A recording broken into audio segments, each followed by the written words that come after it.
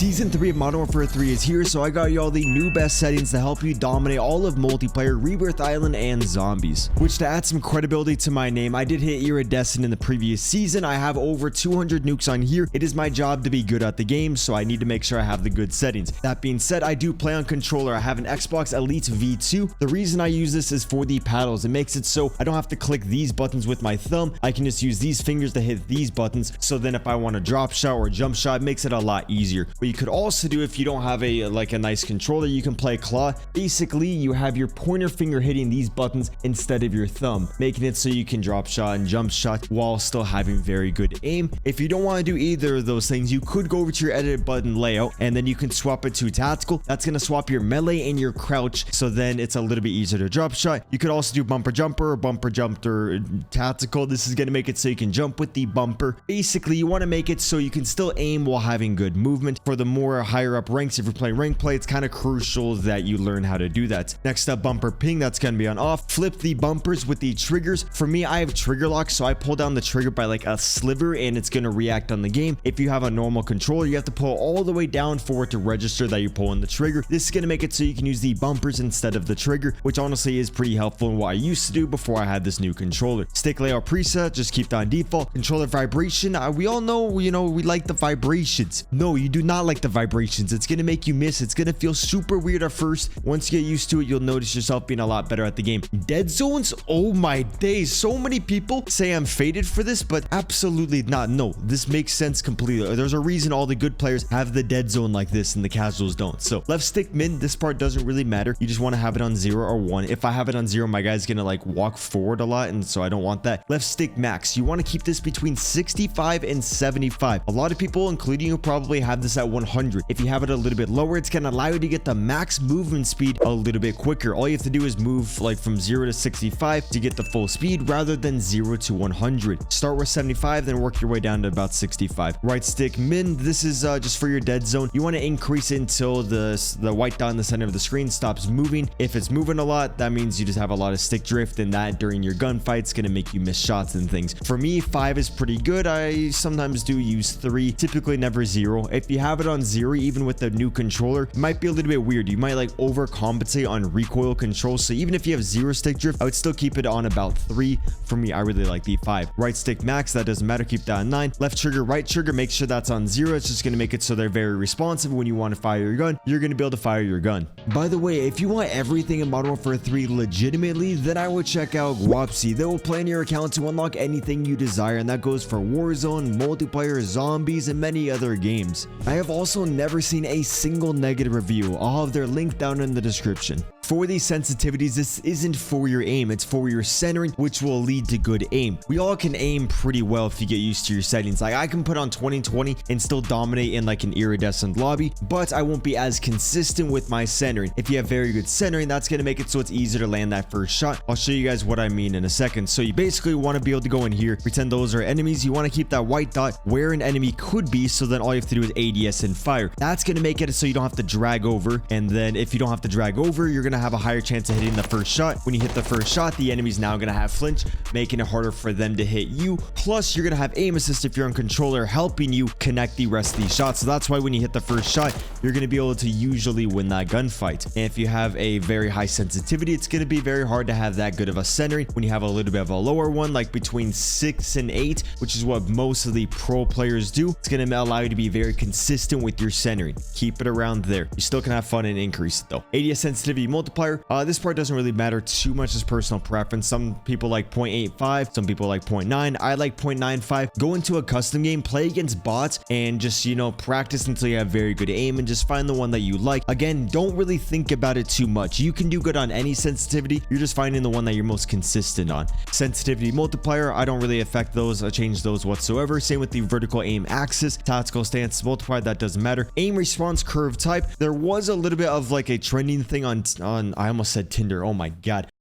On Twitter, X, that linear was better. Linear can be better at long range supposedly, but at close range you're going to be a lot better with dynamic. Dynamic is going to make it so if there's like 2 enemies on your screen, it's easier to like snap to each target overall, it just feels like you have a little bit more aim assist with dynamic. Some people like linear, but 99% of people like dynamic. Next up, ADS sensitivity multiplier focus, doesn't matter. Same with the transition timing. Custom sensitivity per zoom, honestly all personal preference. I just keep it at 1.0. Target aim assist obviously on. Aim assist type, in the last update I did have mine on default. Black Ops recently has been feeling very good. Again, personal preference doesn't really matter. Like, you can do very good on default and very good on Black Ops. It really doesn't matter. Just find the one that you're most consistent on. And then precision and focusing, I would typically stay away from those. Precision, I believe, is very good for sniping, but like that's only for sniping. When you pick up a different gun, you're kind of chalked. Assist for the next one, motion sensitive behavior off, and that's gonna wrap it up for the aiming. Now let's go over to the gameplay. So I used to have automatic tactical sprint, but once I started going against like iridescent players, once I hit the max rank, I noticed that me tac sprinting around the map always kind of got me killed. And there's a lot of more scenarios where I need to walk. If I'm playing public matches, it really doesn't matter. It's just when I'm playing against like very top good players that it kind of affects me. So honestly, I recommend you guys to just use automatic sprint, so then you just have to tap once to tac sprint, and it will just make it so you just don't get caught running as much, and you'll notice yourself being a little bit more consistent and winning close range engagements, especially if you're on an SMG. If you use the automatic sprint, slide maintain sprint on, make sure this is on. If you don't have it on, you're going to be completely washed. You need that on. Sprint tactical sprint behavior toggle, doesn't really matter. Auto move behavior off. Tactical sprint behavior, single tap sprint. Some people like the double tap, some people like the single tap run. I really like single tap sprint. It is just going to allow me to, I believe it actually makes me tac sprint. I don't know why it's saying that, because oh yeah, okay, they just described it in a weird way. So yeah, this is going to make it so you can tac sprint by just clicking the left stick once. So it's kind of like, feels like automatic sprint because we're always kind of clicking that left stick. Grounded mantle, automatic airborne mantle, automatic ground mantle hang, make sure that's all on off. And then the slide behavior, this is a brand new thing that happened in the season 2 update. You want to have it on hybrid or slide only. If you have it on tap to slide or anything else, the game is waiting to see if you're tapping or if you're holding, so then your slide is going to be delayed. A lot of people don't realize that. So if you put it on slide only, the game's like, he's not going to dolphin dive, but that's off. So we're going to instantly make the person slide, which is why when you put it on slide only, it feels so much better. If you have it on hybrid, this is going to allow you to still dolphin dive. Although dolphin diving doesn't really help you too much in this game. In the last Call of Duty it did, but this one, it just kind of gets you killed at times. But like, say you're running from the enemies and there's some cover right here, you could dolphin dive into the cover, making it a little bit quicker. And that's why I'm starting to do that. And if you have it on hybrid, now you still have a very responsive slide, because if you want to dolphin dive, you have to click on the left stick, then slide. So I'm clicking down on that left stick and then sliding, and that's when I'm gonna dolphin dive. It's a little bit weird at first, but once you get used to it, it is definitely the move. A lot of pro players still don't use that though. So, personal preference for me, I really recommend you guys to learn how to play on the hybrid. It just takes like a day or two to get used to it. Plunging underwater, free. Parachute automatic behavior off. Sprinting door bash on. Ledge climb behavior mantle only. And then aim down sight behavior hold. All this stuff should just kind of be on default or just a personal preference thing. Tactical stance, you could honestly just turn it off. I don't think tactical stance helps you whatsoever. I do have it on just for challenges, within the game. Okay, so this one, last video, I was really liking just the tap to reload. And then if I played Warzone, I would use prioritize interact. But now I use prioritize interact in multiplayer. I know some good players also use prioritize reload. The reason for this is, so when you're running around the map, especially, actually it doesn't even matter the mode you're playing besides zombies, you want to close the doors behind you so then you can hear if an enemy's running through there, or just stuff like that. You get a little bit more info on the map if the doors open or close. Like, say you close it, you run around, you come back, the doors open, and your teammates aren't around you, it means there's an enemy near you. And it can just make it so you can close doors faster. And just in general, you can even do door plays. Enemies charging you, you close the door, bash out the door. And if you want to be able to do that very quickly, you need to make it so all you have to do is tap the button to close the door. Like, tap your reload button to close the door. You don't want to have to hold it. So that's why I have mine on prioritize interact. Reloading, yes, it's helpful, but I don't mind holding to have to reload, because if I'm gonna reload, I'm already in a safe spot, so I don't mind holding the reload button. I'd rather be able to close the doors faster. Or if you're in like a sticky situation, you could even just pick up a gun on the ground. A lot of the time they actually have a lot of ammo, especially if you don't have any ammo in your gun. You can quickly just pick up an ammo, you can pick up a gun off the ground and then reach out that gunfight, which I've done a lot in rank play, and it helps a lot, especially up in iridescent. Actually, it doesn't even matter the rank. So overall, use prioritize interact or prioritize reload, whichever one you want. For me and a lot of other pros, I really like the prioritize interact, even though it's a really weird for the first week, but it's really worth it once you get used to it. Armor plate behavior, apply all. ADS stick swap off. Backpack control, I have on directional buttons. Depleted ammo switch on. This stuff really doesn't matter. You guys can just push push pause and copy all this. If you guys haven't already, you should definitely leave a like on the video if it did help you. Also subscribe with the noties on if you want to get better at the game, or you want to tune into one of my live streams, which, you know, we're the best player in the world. Totally. Okay, so for the display now, we got display mode. I have mine on full screen borderless just so I can use my OBS, and since I'm streaming, basically I need to use my other monitors a lot. If I'm really tryharding, I'll put on full screen exclusive because it feels like you have a little bit less input delay. A lot of this stuff is for PC, but I believe a few of these are for console. This stuff right here doesn't really matter. Aspect ratio automatic, and then let's keep on going down. Efficiency on 100% custom, and focus mode, yeah, all this stuff doesn't matter. Now we are going to be going over to the quality. So for quality, render resolution, just keep it at 100. Sometimes like on the other Call of Duties you would want to add 95 or maybe 105. For this game, just keep it at 100. Upscale and sharpening, fidelity is game changer. If you don't have fidelity on your game, it literally looks like shit. It's complete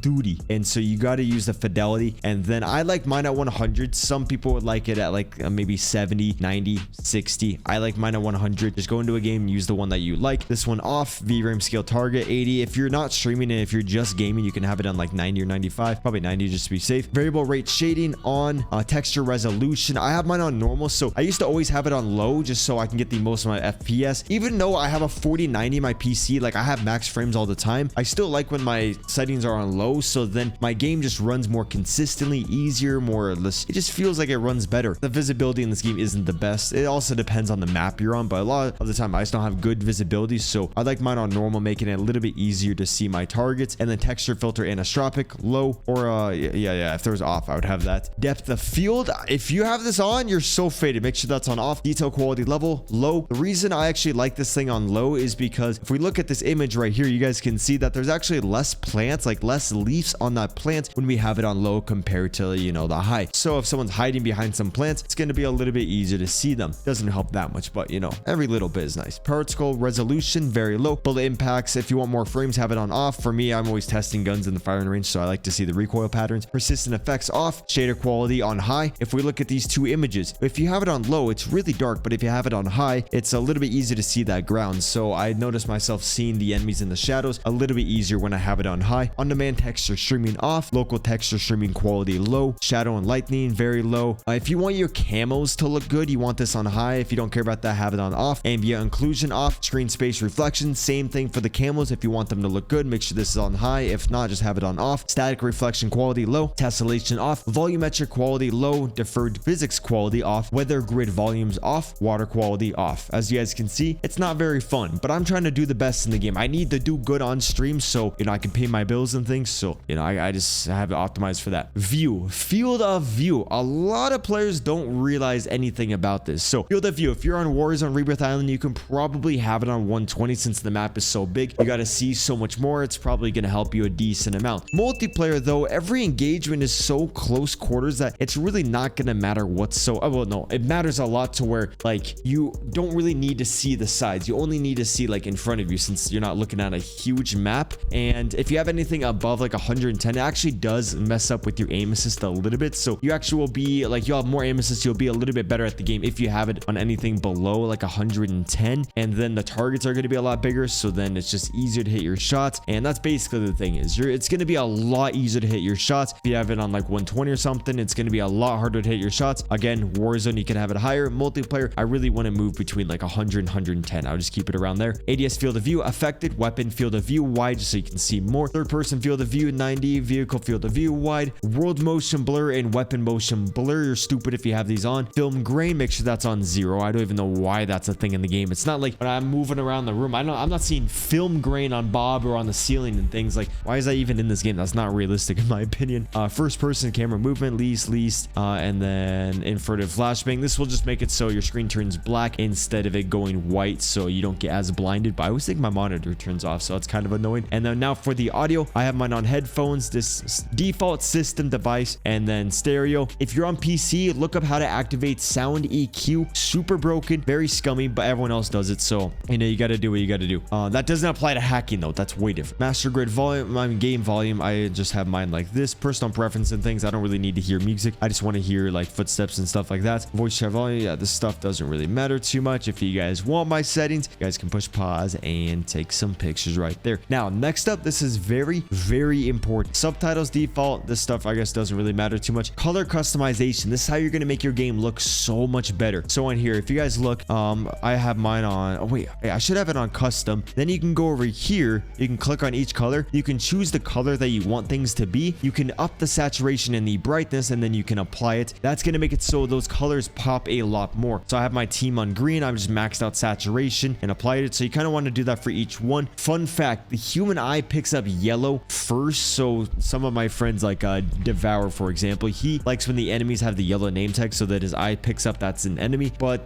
to me, the yellow blends in with the background a lot, and so I just use red, which is like I believe the next one that your eye can register. Some other people like some other colors, but red's pretty easy for me to see, especially if I max out saturation and the brightness. And then yeah, there's a lot of settings within there. Color filter, I don't know why it says none. See, every new update just like resets settings in your game, so it's always good to go through your settings after the new update. Make sure this is on filter too, and then I have mine on both. And then you want to max out the color intensity, same with the interface color intensity. That's just going to make your game pop a lot more. HUD balance, you want to make sure this is in as much as possible, so then when you need to look at your minimap, which is constantly, you always got to look at your minimap will literally tell you where the enemies are. If you have your teammates spawning like near you, the enemies are typically on the opposite side or stuff like that. You can tell where the enemies are based off where you are and where the teammates are. Also for the kill feed, you can read how many players are dead, how many players are alive. It's a little bit more of advanced thinking, but that's what the pros do and things like that. HUD is having the HUDs closer towards the center is going to make it so you don't need to like look as much to the left or the right. It's just a little bit right there. Minimap square shape, so you can see more of the minimap. Obviously you want to on square, you can see kind of where more of where your teammates are spawning, therefore you know where the enemies are. Minimap rotation on, horizontal compass, I'm going to turn mine on off, that doesn't really help you. Crosshairs on, hit marker visuals on, damage base hit markers on, player names, full name. You don't really want to have like, oh actually no, I have it on, I should have it abbreviated, but this is so annoying how it resets everything. You don't really want like their clan tag, the name, that's too much, so I just have the name on there. You just have the dot, it's going to be really hard to see them. And then I believe there was one more thing in here. It was about like the size of the center dot that's on your screen. Oh, maybe it's on the crosshairs. Yeah, so center dot, make sure that's on. That's going to make it a lot easier to center, and that's literally everything to winning your gunfights. I have mine on larger. Largest to me is just way too big, and that's what she said. Default's pretty tiny, so I like it right in the middle, even though, you know, IRL, I'm pretty big. So, you know, with all that said, I think that is going to wrap it up for those things. If you guys did enjoy, leave a like. If you want to see more of the video, subscribe, and deuces.